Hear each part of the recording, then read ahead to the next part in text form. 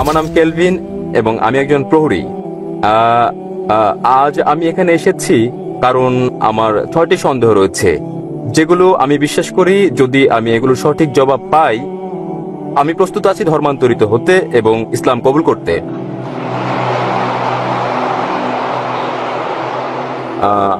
আমার প্রথম প্রশ্ন দিয়ে শুরু করি, তা হচ্ছে আমি কিভাবে জানবো ইসলাম হচ্ছে সঠিক পথ ইবাদতের?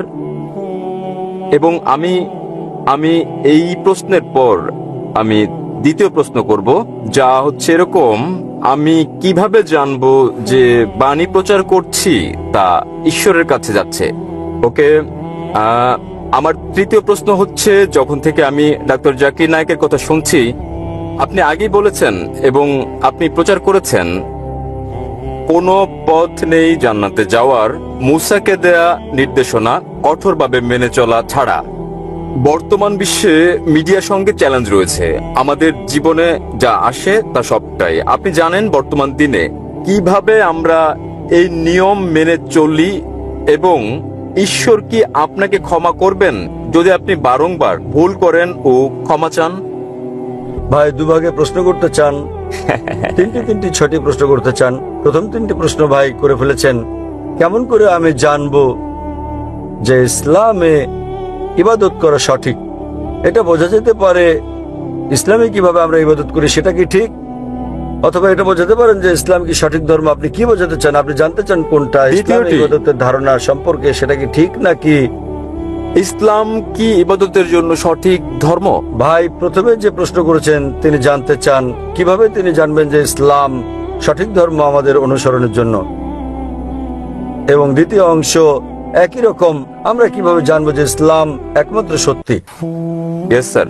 এবং তৃতীয়টি হচ্ছে, তিনি বলেছেন, আমার একটা লেকচারে বলা হয়েছে, যীশু খ্রিস্ট তারপর শান্তি বর্ষিত হোক বলেছেন, যদি আপনি জান্নাতে যেতে চান আপনাকে সব নির্দেশনা মানতে হবে এবং তাওরাতে উল্লেখিত সকল নিয়মের অনুসরণ করতে হবে।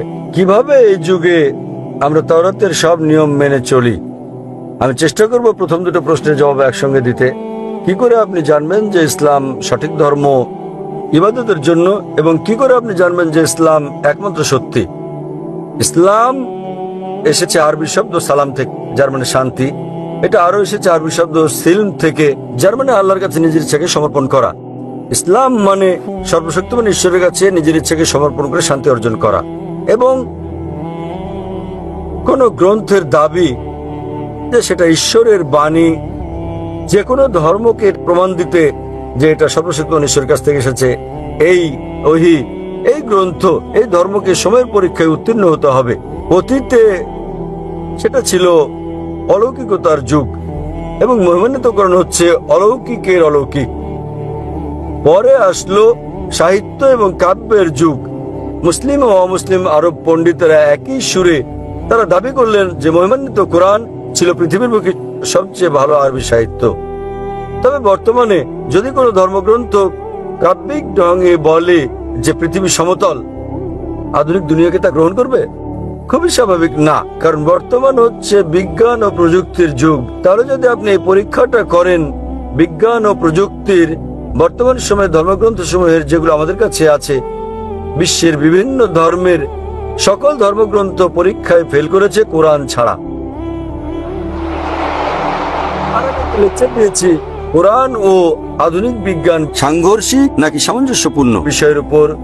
আমার সময় এখানে হবে না প্রশ্নোত্তর পর্বে সম্পূর্ণ লেকচার দেওয়ার, তবে আমি উল্লেখ করতে চাই অ্যালবার্ট আইনস্টাইন বলেছেন, প্রখ্যাত বিজ্ঞানী ও নোবেল পুরস্কার বিজয়ী, যে ধর্ম ছাড়া বিজ্ঞান পঙ্গু এবং ধর্ম বিজ্ঞান ছাড়া অন্ধ। আমি আপনাদের মনে করিয়ে দিচ্ছি, মহিমান্বিত কোরআন কোনো বিজ্ঞানের গ্রন্থ নয়, SCIENCE, বরং এটা একটা নিদর্শনের গ্রন্থ, SIGNS, এবং এতে 6000-এর বেশি নিদর্শন রয়েছে। মহিমান্বিত কোরআনে 6000-এর বেশি আয়াত আছে, যার মধ্যে 1000-এর বেশি আয়াত বিজ্ঞান নিয়ে বলেছে।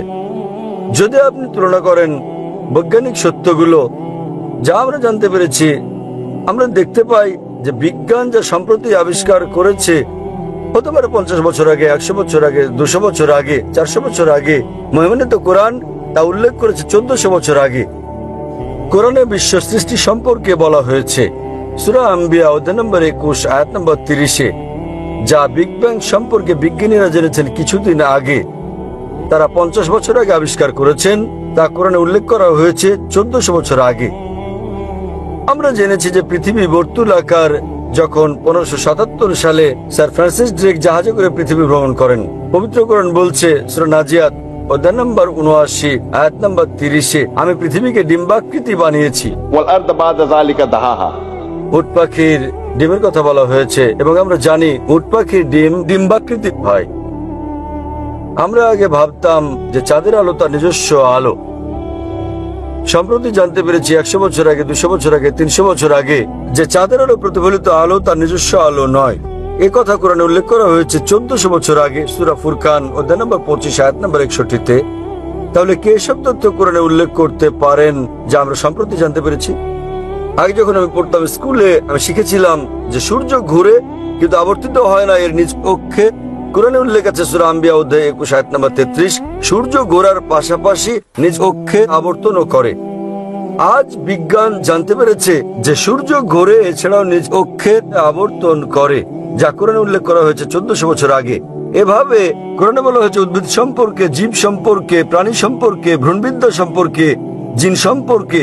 এসব আমরা সম্প্রতি জেনেছি বিজ্ঞানে 50 বছর আগে, 100 বছর আগে, 300 বছর আগে, 500 বছর আগে। তাই যদি আপনি আজ বিজ্ঞানের এই পরীক্ষা চালান সকল ধর্মগ্রন্থের উপর, কেবল যে ধর্মগ্রন্থটি এতে উত্তীর্ণ হবে সেটি হচ্ছে পবিত্র কোরআন। আজও বিজ্ঞান এতটা অগ্রসর হতে পারেনি যে তারা সবকিছু জেনে ফেলেছে।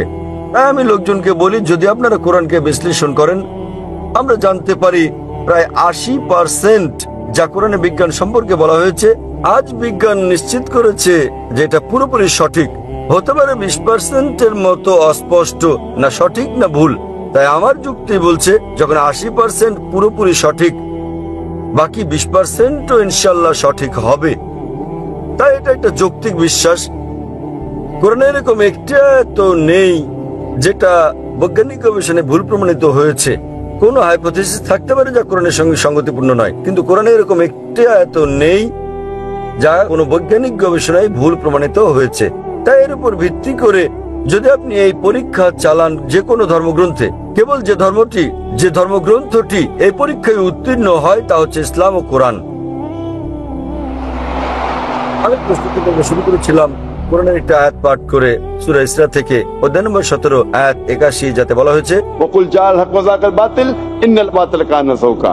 বলো সত্য এসে গেছে এবং মিথ্যা বিলুপ্ত হয়ে গেছে। আসলে মিথ্যা তার প্রকৃতিগত কারণে বিলুপ্ত হবে। তাহলে আপনি পরীক্ষা চালালে কেবল যে ধর্মটি পরীক্ষায় উত্তীর্ণ হয়, একমাত্র সত্য ধর্ম যা বিকৃত নয়, সেজন্য উইলিয়াম মোর বলেন কেবল যে ধর্মগ্রন্থ তিনি বলেছিলেন 200 বছর আগে ইসলামের সমালোচক হিসেবে, কেবল যে ধর্মগ্রন্থটি যেটি বিকৃত করা হয়নি এবং যেটি বিশুদ্ধতা রক্ষা করেছে 1400 বছর ধরে, সেটি হচ্ছে পবিত্র কোরআন। তাই এইসব তথ্যের উপর ভিত্তি করে কেবল যে ধর্মের কথা আমরা ভাবতে পারি, আমরা বুঝতে পারি এবং বিশ্বাস করতে পারি যা সত্য এবং সঠিক, সেটা কোরআন।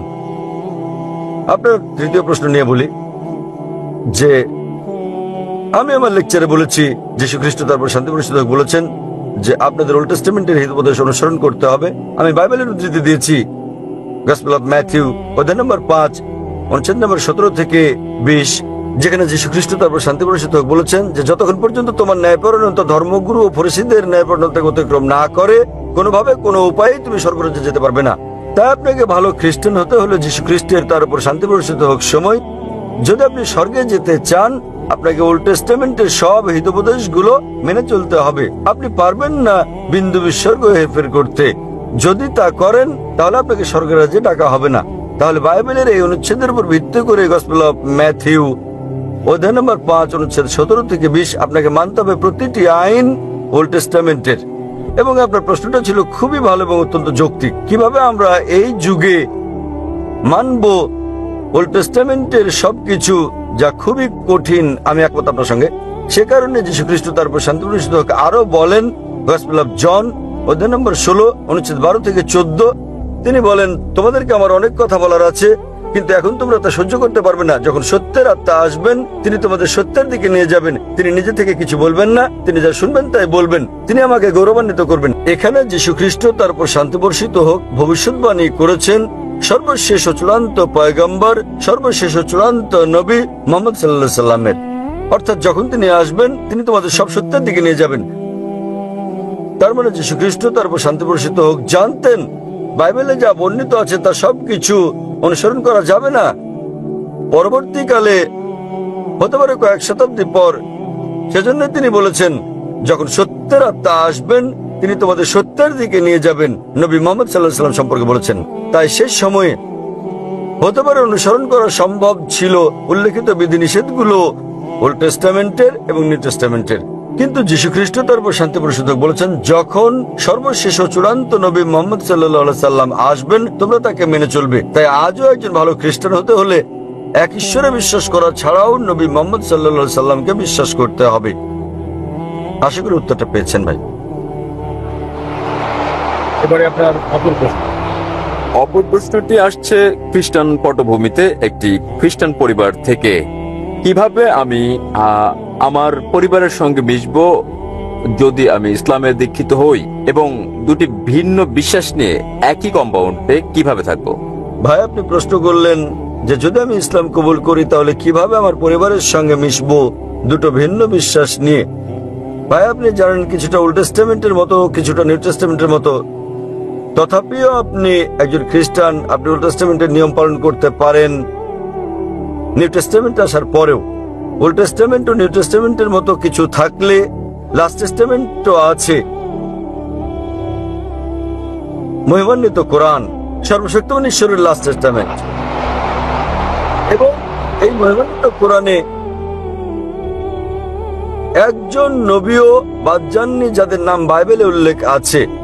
ইসলামে আমাদের সকল নবীকে বিশ্বাস করতে হয় যারা আগে এসেছেন, এবং তাদের সংখ্যা 25 জনের কম হবে না যাদের নাম কোরআনে উল্লেখ আছে, এবং তাদের সকলের নবী মুহাম্মদ সাল্লাল্লাহু আলাইহি ওয়াসাল্লাম ব্যতীত এবং তাদের দুজন ব্যতীত তাদের কথা বাইবেলে উল্লেখ আছে। তাই আমাদের সম্মান দেখাতে হবে সর্বশক্তিমান ঈশ্বরের সকল নবীকে। এবং আমাদের প্রিয় নবী মুহাম্মদ সাল্লাল্লাহু আলাইহি ওয়াসাল্লাম বলেছেন সর্বশক্তিমান আল্লাহ পৃথিবীতে 1,24,000 পয়গম্বর পাঠিয়েছেন। তাই যদি আপনি মুসলিম হন, আপনার কোন নবীকে অসম্মান করতে হবে না যাদের নাম বাইবেলে উল্লেখ করা হয়েছে। প্রকৃতপক্ষে তাদেরকে আপনার বলতে হবে যীশু খ্রিস্ট, তার উপর শান্তি বর্ষিত হোক, যা বলেছেন আমি তা পুরোপুরি মেনে চলছি। অন্য খ্রিস্টানরা কি করে তারা অনুসরণ করছে, হতে পারে 80%, হতে পারে 90%, হতে পারে 50%। তাদেরকে আপনার বলা উচিত গসপেল অফ জনের 16 নম্বর অধ্যায়ের 12 থেকে 14 অনুচ্ছেদে যা বলা হয়েছে, তোমাদেরকে আমার অনেক কিছু বলার আছে, কিন্তু এখন তোমরা তা সহ্য করতে পারবে না। যখন সত্যের আত্মা আসবেন, তিনি তোমাদের সব সত্যের দিকে নিয়ে যাবেন। তাহলে আমি যীশু খ্রিস্টকে, তার উপর শান্তি বর্ষিত হোক, অনুসরণ করছি তথাকথিত অন্যান্য খ্রিস্টানদের চেয়ে। তাই যদি আপনি মুসলিম হন, আপনি খ্রিস্টানদের চেয়ে ভালো খ্রিস্টান হয়ে যাবেন। আশা করি প্রশ্নের উত্তর পেয়েছেন। হ্যাঁ। আপনার পঞ্চম প্রশ্নটি কি? আমার সব প্রশ্ন শেষ হয়ে গেছে। আপনার সব প্রশ্নের উত্তর আপনি পেয়ে গেছেন? হ্যাঁ, পেয়েছি। তাহলে এখন ইসলাম সম্পর্কে আপনার মনোভাব ইতিবাচক? ইসলাম ধর্মের ব্যাপারে আমার মনোভাব ইতিবাচক, এবং আমি ইসলাম গ্রহণে প্রস্তুত। আপনি কি বিশ্বাস করেন ঈশ্বর একজন? দুঃখিত, বুঝতে পারিনি। বিশ্বাস করেন ঈশ্বর একজন? আমি বিশ্বাস করি ঈশ্বর একজন। আপনি কি বিশ্বাস করেন যীশু খ্রিস্ট, তার উপর শান্তি বর্ষিত হোক, ঈশ্বর?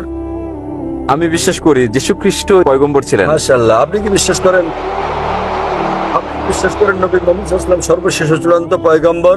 আমি বিশ্বাস করি মহানবী মুহাম্মদ শেষ এবং চূড়ান্ত পয়গম্বর ছিলেন। মাশাআল্লাহ। ভাই, কেউ কি আপনাকে ইসলাম গ্রহণ করতে বাধ্য করছে? আমি গ্রহণ করতে প্রস্তুত। কেউ কি আপনাকে ইসলাম গ্রহণে বাধ্য করেছে? না, আমাকে কেউ বাধ্য করছে না, এটা আমার সিদ্ধান্ত। আমি নিজে সিদ্ধান্ত তার নিচ্ছি। মানে আপনি নিজের ইচ্ছায় ইসলাম ধর্ম গ্রহণ করছেন? একেবারে আমার অন্তর থেকে। কারণ কাউকে জোর করে ইসলামে দীক্ষিত করা আমাদের ধর্মে নিষিদ্ধ। এমনকি বিশ্বের বেশিরভাগ দেশের আইনও এটা নিষিদ্ধ। তাহলে আপনি স্বেচ্ছায় কবুল করছেন ইসলাম? ইনশাল্লাহ আমি সম্পূর্ণ স্বেচ্ছায় ইসলাম গ্রহণ করছি। আমি আরবিতে বলবো এবং ইনশাল্লাহ শুনে শুনে আপনি বলবেন। আশহাদু আশহাদু আল্লাহ আল্লাহ ইলাহা ইল্লাহা ইল্লাল্লাহ ইল্লাল্লাহ ওয়া আশহাদু ওয়া আশহাদু আন্না মুহাম্মাদান মুহাম্মাদান আবদুহু আবদুহু ওয়া রাসূলুহু। ওয়া রাসূলুহু। আমি সাক্ষ্য দিচ্ছি আমি সাক্ষ্য দিচ্ছি আমি সাক্ষ্য দিচ্ছি যে যে কোনো ইলা নেই কোনো ইলাহ নেই আল্লাহ ছাড়া, আল্লাহ ছাড়া, এবং এবং মুহাম্মদ মুহাম্মদ হচ্ছেন হচ্ছেন পয়গম্বর পয়গম্বর এবং আল্লাহর বান্দা। এবং আল্লাহর বান্দা। মাশাআল্লাহ, আপনি মুসলিম হয়ে গেছেন। ধন্যবাদ। এবং আমি আল্লাহ সুবহানাহু ওয়া তাআলার কাছে প্রার্থনা করি তিনি যেন আপনাকে পথ দেখান এবং তিনি আপনাকে সাহায্য করেন আপনার পরিবারকে শান্তির ধর্মে দীক্ষিত হতে। এবং আমি আল্লাহ সুবহানাহু ওয়া তাআলার কাছে প্রার্থনা করি তিনি যেন আপনাকে উত্তম পুরস্কার দেন এই দুনিয়ায় এবং একই রকম পরকালে। আলহামদুলিল্লাহ, আমিন। এবার আমরা পরের প্রশ্নটি নেব বাম দিকের ভাইয়ের মাইক থেকে। Hello, good evening. আমি জোশুয়া, ফিলিপাইনের নাগরিক। এবং তার আগে আমি জানাতে চাই, শত শত বছর আগে ফিলিপাইনের বেশিরভাগ ছিল মুসলিম এবং স্পেনীয়রে আসার আগে। এখন আমরা বেশিরভাগই খ্রিস্টান, বেশিরভাগ ক্যাথলিক।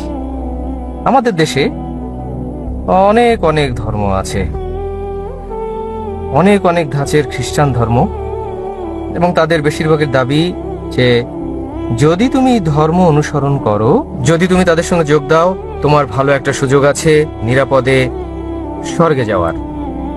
এবং আমি একজন ক্যাথলিক, যদিও আমি মনে করি ধর্ম কেবল একটি গাইড, সেটা ধর্ম নয় যা আপনাকে বাঁচাতে পারে।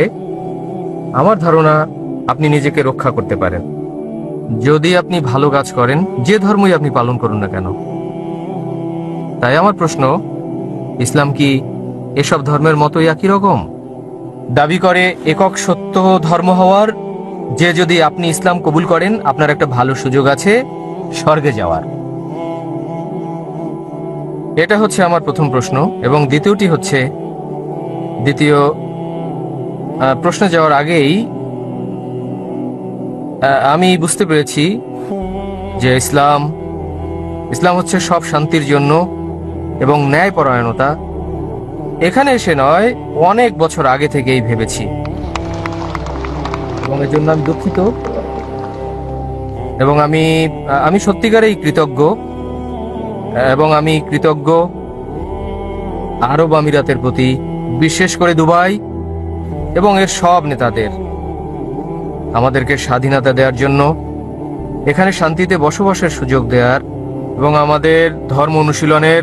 তাতে আপনি হন খ্রিস্টান, বৌদ্ধ, হিন্দু, আমি ধন্যবাদ জানাই আপনাকে। এবং আমার ধারণা দুবাই, আরব আমিরাত হচ্ছে 1 নম্বর দৃষ্টান্ত শান্তির এবং ঐক্যের, যেখানে সব জাতিগোষ্ঠী ধর্ম এক হয়ে যায়, কাজ করে শান্তি ও সম্প্রীতিতে, একই সঙ্গে একত্রে।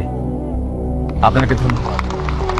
তাই আমি বলতে চাই, ঈশ্বর আরব আমিরাতের ভালো করুন এবং এর সব নেতাদের।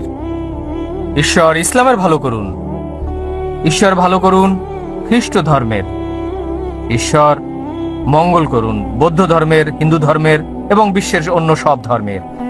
ঈশ্বর আপনাদের সকলের মঙ্গল করুন এবং আমাদের সকলকে শান্তি দিন। তাই আমার দ্বিতীয় প্রশ্ন হচ্ছে, দুঃখিত, আমি বলতে চাই জিহাদ সম্পর্কে। ভাই, এটা প্রশ্নোত্তরের সময় সাধারণত একটি প্রশ্ন 2 বা 3টি বাক্যের মধ্যে হয়। যদি আপনি 2-3টি বাক্যের বেশি বলেন তা হয়ে যায় লেকচার। আমরা বলতে চাই কেবল, না দুঃখিত, আমি অমুসলিম ভাই বোনদের অনুরোধ করি, এটা প্রশ্নোত্তরের সময়, লেকচারের সময় নয়। লেকচারের জন্য ইনশাআল্লাহ পর্ব শেষ হলে আমরা মজলিসে বসতে পারি, অতিথি কক্ষে, এবং আমরা কথা বলতে পারি। আমি কিছু মনে করি না। তবে এখানে মাশাআল্লাহ হাজার হাজার মানুষ, তাই আসুন আমরা সময়ের মূল্য দিই। ওকে ভাই প্রশ্ন করেছেন, আমি কেবল বলতে চাই, আপনার যদি কোনো প্রশ্ন থাকে প্লিজ। হ্যাঁ, কেবল একটি প্রশ্ন, একটি, 2 বা 3টি বাক্যে। ভাই আমি মূলত জানতে চাই আসলে জিহাদ কি। কারণ আমি টেলিভিশনে অনেক দেখেছি কিছু কিছু ব্যক্তি জিহাদ করে বেশ ক্ষতিকর পন্থায়। তাহলে আসলে ইসলামে জিহাদ মানে কি এবং এ ব্যাপারে আপনার সুস্পষ্ট মত কি? আমি অমুসলিমদের অনুরোধ করব যে আপনারা একবারে একটি প্রশ্নই করবেন। দ্বিতীয় প্রশ্নের জন্য অন্যান্য মুসলিমদের পেছনে যান, আপনাদের যেতে হবে না পুরো লাইনের পেছনে। কারণ আপনারা জানেন গতকাল অনেক অমুসলিম প্রশ্ন করতে পারেননি। আমি অমুসলিমদের একটা প্রশ্ন করার অনুরোধ জানাবো, সংযুক্ত হলে দুটো প্রশ্ন। তবে যদি আপনি 6টি প্রশ্ন 3টি 4টি প্রশ্ন করেন তাহলে সব প্রশ্নের সঠিক জবাব দেওয়াটা কঠিন হয়ে যাবে।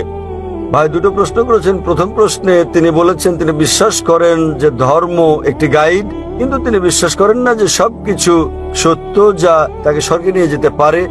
তিনি জানতে চেয়েছেন ইসলামের অবস্থানটা কি এবং ইসলাম কি তাকে জান্নাতে নিয়ে যেতে পারে এবং কোরআন কি। আর দ্বিতীয় প্রশ্ন হচ্ছে জিহাদের মানেটা আসলে কি। প্রথম প্রশ্নের জবাবে বলছি, যদি আপনি বিশ্বাস করেন বাইবেল একটা গাইড, যদি ধরা হয় আপনি কোথাও পরীক্ষা দিচ্ছেন, হতে পারে ব্যাচেলার্স ডিগ্রি, অনেক সময় প্রতিটি বিষয়ের একটি করে গাইড থাকে, আপনি কি সেই গাইড অনুসরণ করবেন যা পুরনো এডিশনের, নাকি সেই গাইড যা সর্বশেষ এডিশনের? ভাই কোন গাইড আপনি অনুসরণ করবেন, পুরনো না নতুনটা? আমি উভয়টি অনুসরণ করব। উভয়? তাহলে আগে বিজ্ঞান বলতো চাঁদের আলো তার নিজস্ব আলো, আজ বিজ্ঞান বলছে চাঁদের আলো প্রতিফলিত আলো। কোনটি বিশ্বাস করবেন আপনি, পুরনো না নতুনটা?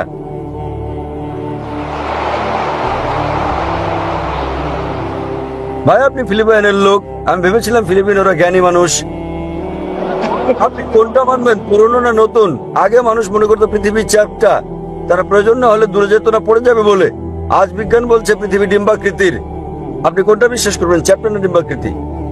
ও ভাই কোনটা? আসলে আমি নতুনটি অনুসরণ করব। যদি পুরনোটা সঠিক হয় কোনো সমস্যা নেই। অনেক সময় কিছু জিনিস আছে যার পুরনোটাই সঠিক, তাই যদি আপনি দুটো তুলনা করেন, যদি আপনি অভিন্নতা পান, পুরনোটার অংশ বিশেষ নিতে পারেন এবং নতুনটা পুরোপুরি মানবেন।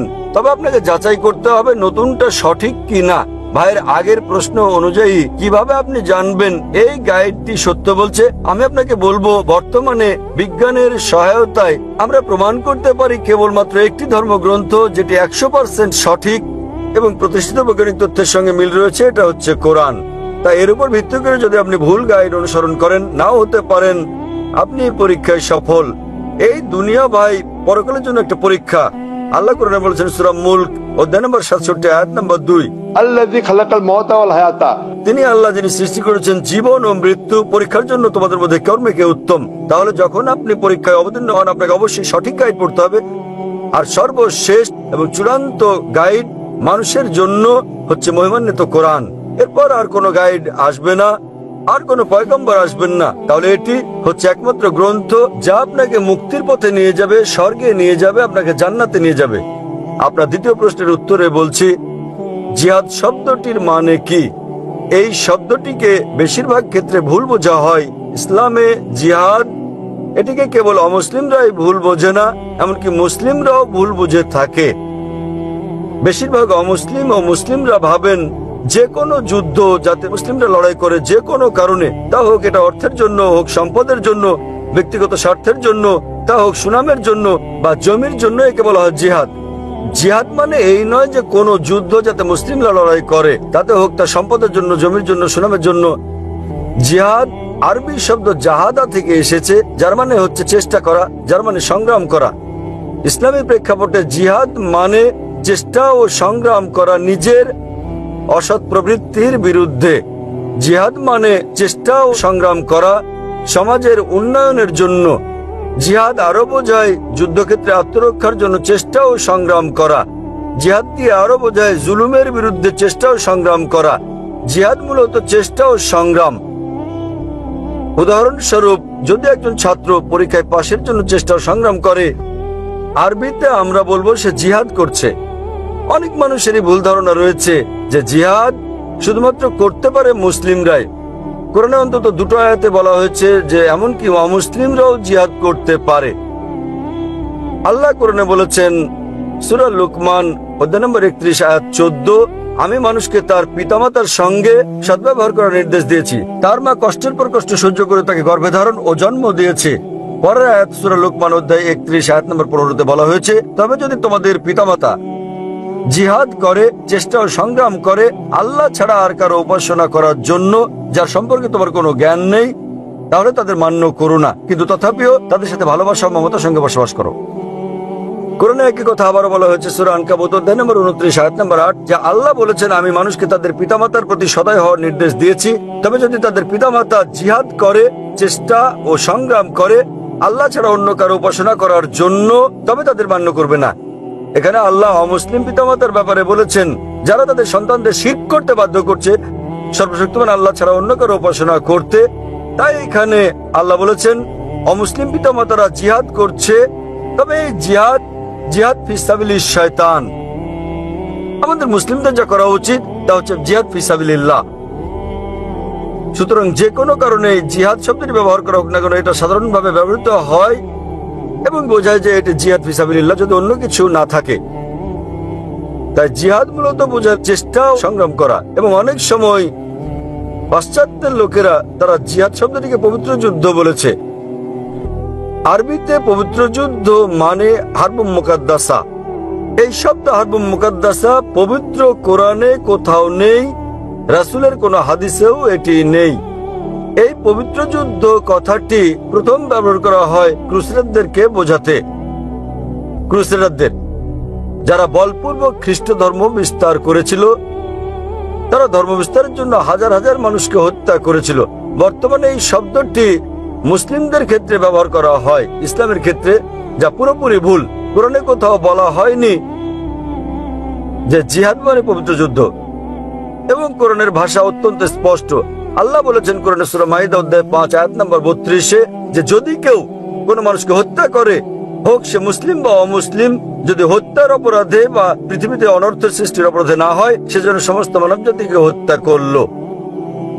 পৃথিবীতে এমন কোন ধর্মগ্রন্থ নেই যাতে বলা হয়েছে তুমি যদি একজন মানুষকে হত্যা করো তাহলে সমগ্র মানব জাতিকে হত্যা করলে, এবং তুমি যদি একজন মানুষকে বাঁচাও তাহলে তুমি সমগ্র মানব জাতিকে বাঁচালে। তাহলে এরকম একটা ধর্ম কিভাবে, যাতে বলা হয়েছে সন্ত্রাসবাদ ছড়াতে তুমি একটি নিরপরাধ মানুষও হত্যা করতে পারবে না? এটা হচ্ছে মূলত মিডিয়ার কাজ, যারা ইসলাম সম্পর্কে বিভ্রান্তি ছড়িয়ে বেড়াচ্ছে। আশা করি উত্তরটা পেয়েছেন। ঠিক বলেছেন। তাহলে কি আপনি বিশ্বাস করেন যে ইসলাম শান্তির ধর্ম? হ্যাঁ হ্যাঁ হ্যাঁ, আমি বিশ্বাস করি। আপনি কি এক ঈশ্বরে বিশ্বাস করেন? হ্যাঁ। আপনি কি বিশ্বাস করেন যীশু খ্রিস্ট ঈশ্বর? আমার ধর্ম মতে তাই। আমি বিশ্বাস করি তিনি ঈশ্বর, তিনি আমাদের ঈশ্বরের পুত্র। এমন কোনো কথা কি আছে সম্পূর্ণ বাইবেলে যেখানে যীশু খ্রিস্ট তারপর শান্তি প্রতিষ্ঠিত হোক নিজে বলেছেন? কোন দ্ব্যর্থহীন বাক্য, কোন সুস্পষ্ট উক্তি আপনার জানা মতে বাইবেলের মধ্যে যেখানে যীশু খ্রিস্ট তারপর শান্তি প্রতিষ্ঠিত হোক নিজে বলেছেন যে আমি ঈশ্বর, অথবা বলেছেন আমার উপাসনা করো? যদি আপনি বাইবেলের কোন অনুচ্ছেদ দেখাতে পারেন সুস্পষ্ট করে বলা দ্ব্যর্থহীন ভাবে, যেখানে যীশু খ্রিস্ট তারপর শান্তি প্রতিষ্ঠিত হোক নিজে বলেছেন তিনি ঈশ্বর, অথবা বলেছেন আমার উপাসনা করো, আমি আপনার সঙ্গে আপনার ধর্ম গ্রহণ করব।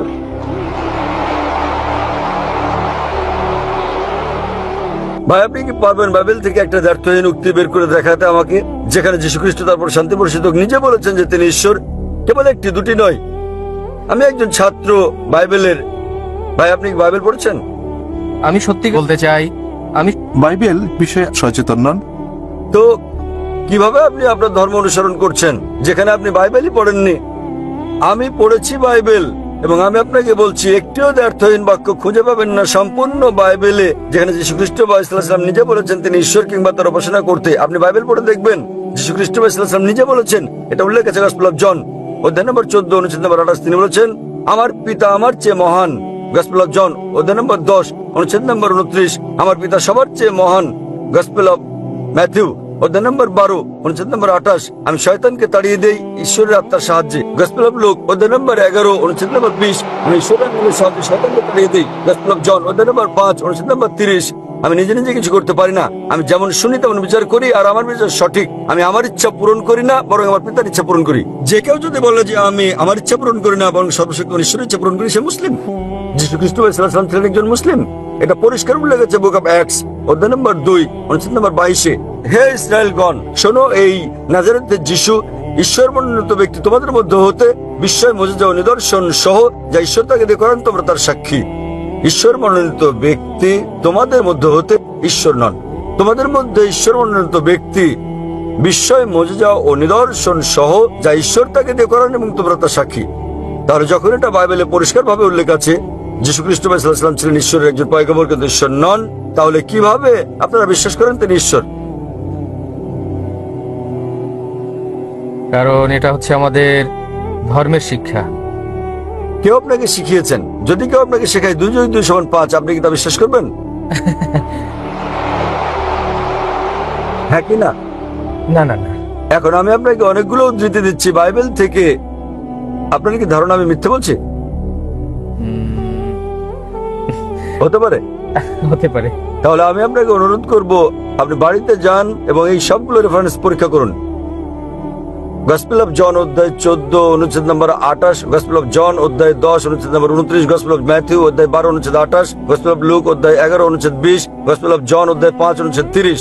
এবং আপনি আমার ডিভিডি নিয়ে যান, বিশ্ব ইসলাম ও খ্রিস্ট ধর্মের মধ্যে সাদৃশ্য সমূহ, ভুরি ভুরি রেফারেন্স রয়েছে সেখানে, যা প্রমাণ করে যে যীশু খ্রিস্ট তারপর শান্তি পরিষদক নিজে বলেছেন যে তোমরা অনুসরণ করো শেষ পয়গম্বর নবী মুহাম্মদ সাল্লাল্লাহু আলাইহি সাল্লামকে, এবং ইনশাআল্লাহ আপনি আরো ভালো খ্রিস্টান হবেন। আমি বিশ্বাস করি যে আমরা মুসলিমরা খ্রিস্টানদের চেয়েও ভালো খ্রিস্টান, কেননা আমরা যীশু খ্রিস্টের তার উপর শান্তি বর্ষিত হোক সত্যিকারের শিক্ষা বিষয় অনুসরণ করি তথাকথিত খ্রিস্টানদের চেয়ে।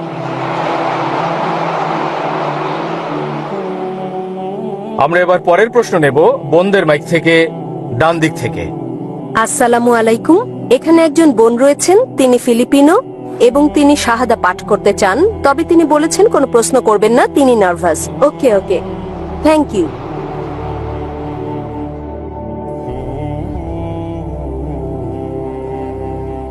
যতক্ষণ না আমি বুঝতে পারি যে তিনি মূলনীতিগুলোতে বিশ্বাস করেন, আমি কি করে শাহাদা পাঠ করাই? আমি আপনার কাছে জানতে চাই বোন, আপনি কি বিশ্বাস করেন যে ঈশ্বর একজন?